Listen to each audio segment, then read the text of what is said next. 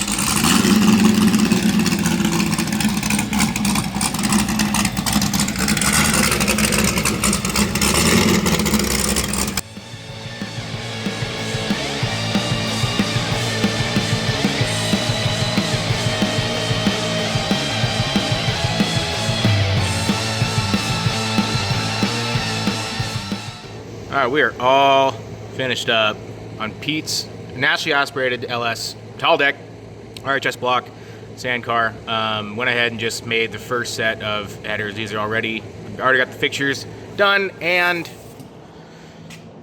as well as I made a few adjustments to this. I actually added on the new one that I'm going to be making, I'm adding by 0.1 inch lines, as well as a straight edge line here, so that way on the inside I can actually butt up my rule and then have exact measurements if, you know, on a 2-inch tube rather than over here. But everything's made.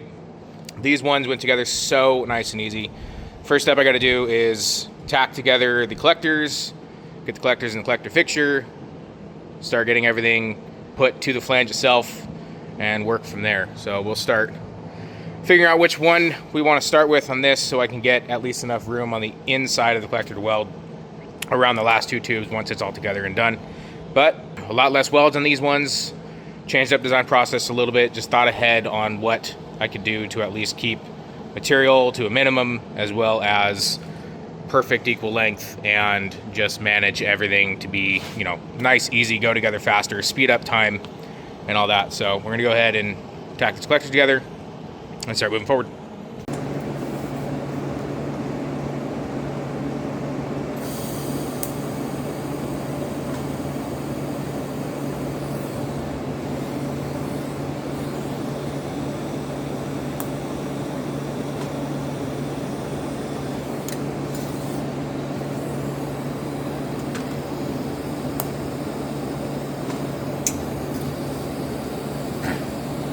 I'm only going with a few tacks just so it doesn't move on me when I take it in and out of the picture, and then I can kind of fit it once the collector is in its spot.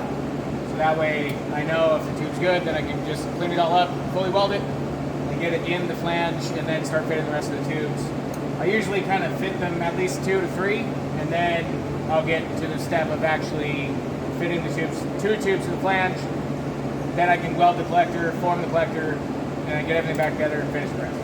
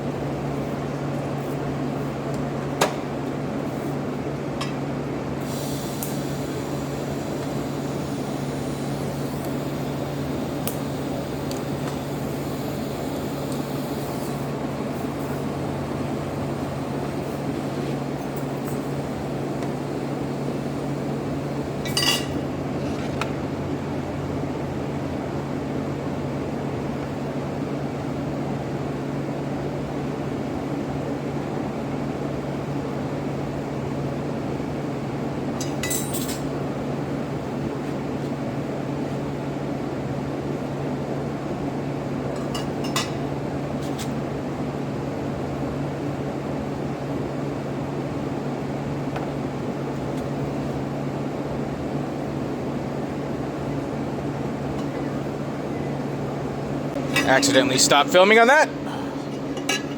So now, without even fitting on this thing lands just perfect. Exactly how it's meant to be. So now what I can do is I will fully Scotch-Brite this tube, or probably fit number 5. That way I know that one fits too, and I don't have to make changes. And then Scotch-Brite them, purge weld them, get them welded to the flange, and then to working on the collector itself, getting that fully welded. Cylinder 5 now. I want to at least make sure 2 tubes fit before I start going. Jumping the collector and purge welding and all that kind of stuff. I don't want to waste argon. And it's hot.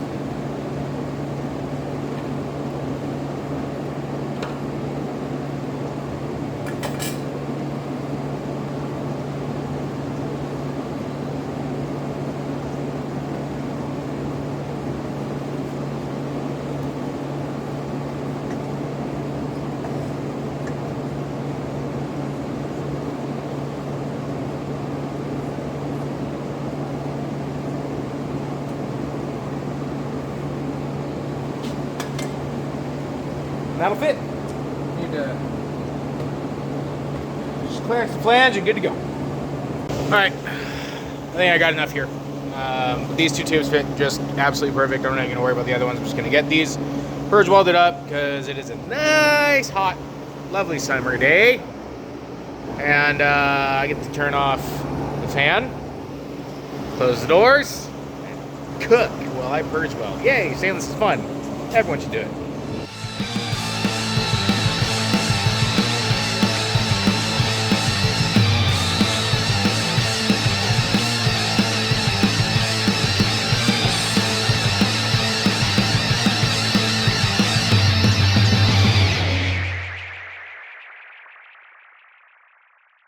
All right, little tech tip while this thing's cooling down. So when I purge, I usually get both ends kind of plugged. I always have some form of a exit because if not, you're just going to trap oxygen in there. A lot of people just kind of bump it to like 5, 10, let it sit for a couple minutes.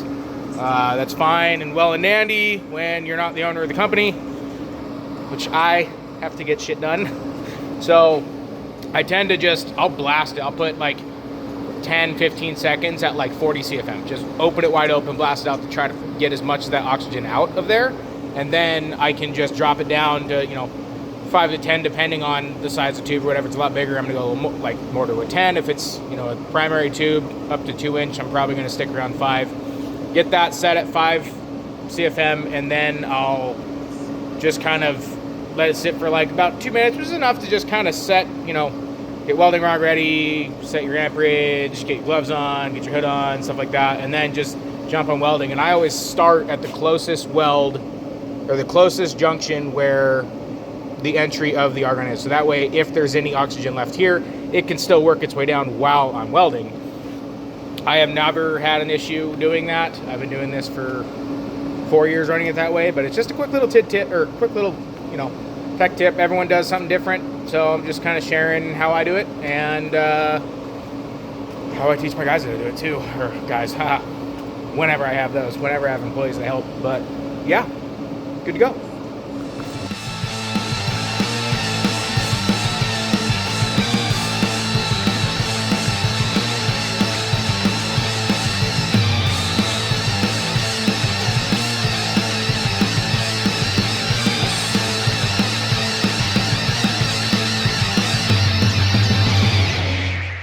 Also, if anyone else was wondering, to get this surface finish on stainless, red Scotch-Brite is the key.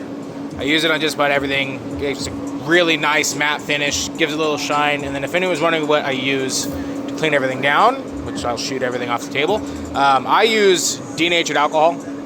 A lot of people use acetone, stuff like that. The problem that I have with acetone is it eats a lot of plastic and stuff like that since I'm using fixtures.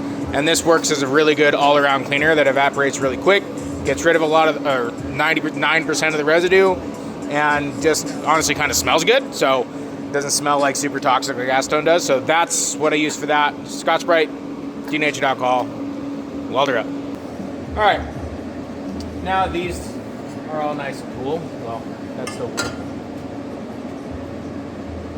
Gonna just get these kind of fit and then stitch to the flange with enough where it's not going to move. So that way it's located for this. Get the other one on there, located for this, and then ultimately I can move all of this stuff off the table and then fully weld this. These take a little bit of time to weld because I can weld from the inside, switch up my setups in the welder from the pencil torch to the regular torch. A whole lot of purge welding, a whole lot of argon used, but it's the best way to do it because I don't, the way these form at the end, so I can round them out with a ball bearing, they change. So I can't really account for that in the fixture as well as with the weld. So I don't want to have a fully welded one on there because they're kind of made to order. I'm still figuring that process out. Have not come up with a solution yet to, I guess, make it faster and easier. This is the slowest part of each build that I do. But it works and it's kind of proven. I mean, I think we're upwards of 40 or 50 sets now. Probably should have kept track, but I don't do that because I do entirely too much of everything else. So this is what it is. But yeah, so we'll go ahead and get these fit on there, and then I can weld the collector. Probably won't film too much of that. My hyperlapse, I don't know. There's just so much that goes into it. So, all right.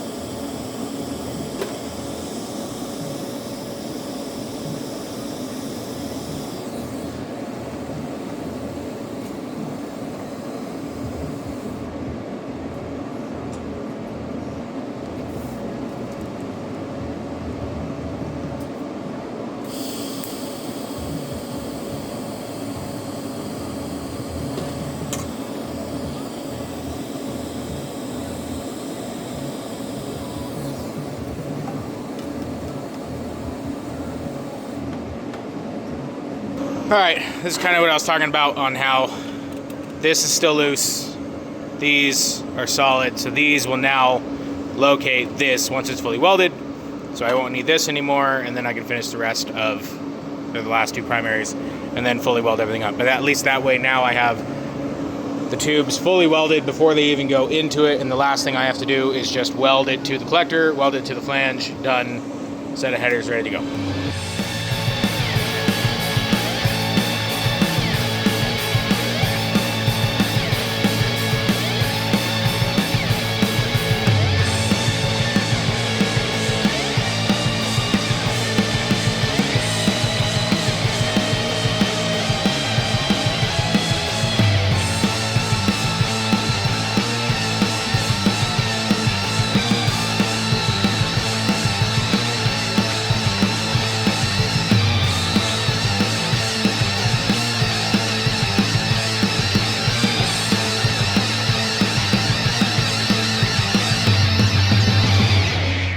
All right, that's all finished up and tacked on. And this is kind of what I'm talking about, how I can now use the two tubes that I put in there as the fixture to hold this instead of actually using the 3D printed one. So now I have the tube, I can fit it up, and actually, you know, it all fits good, perfect. The other tubes are already tacked together as well, so I can go ahead and clean this one up, weld it. I'll also weld in here because these are always the hardest part to get to, so that's why I do two, then one more, and then on the third one I make sure I pick the order to where the last tube will be the easiest to get to with either pencil torch or, you know, extending out the tungsten, all that kind of stuff. But this is it. Gonna go ahead and get these welded up and put back together, and we'll have a complete header.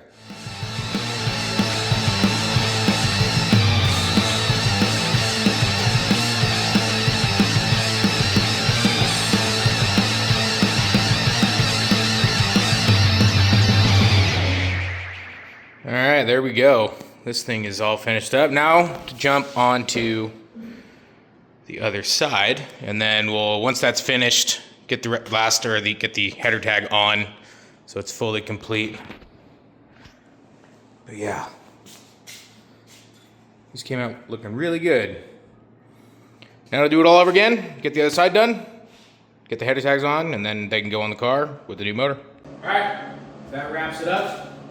These are all freshly coated with Zyco high temp clear coating, and these came out really awesome. These are gonna work out really good. Now that he's getting his motor back together, once that's back in the car with the new motor, these can go on, bring it back to me, and then we can finish the rest of the exhaust. He wants to do something really cool with like an X-pipe to a double barrel shotgun coming out the back. So gonna try to come up with something unique for that hopefully, you know, just looks really cool. We haven't mixed some sights for it, and this thing's gonna sound really bitchin'. So, thanks for watching. Like, follow, subscribe, and we're gonna keep getting at it.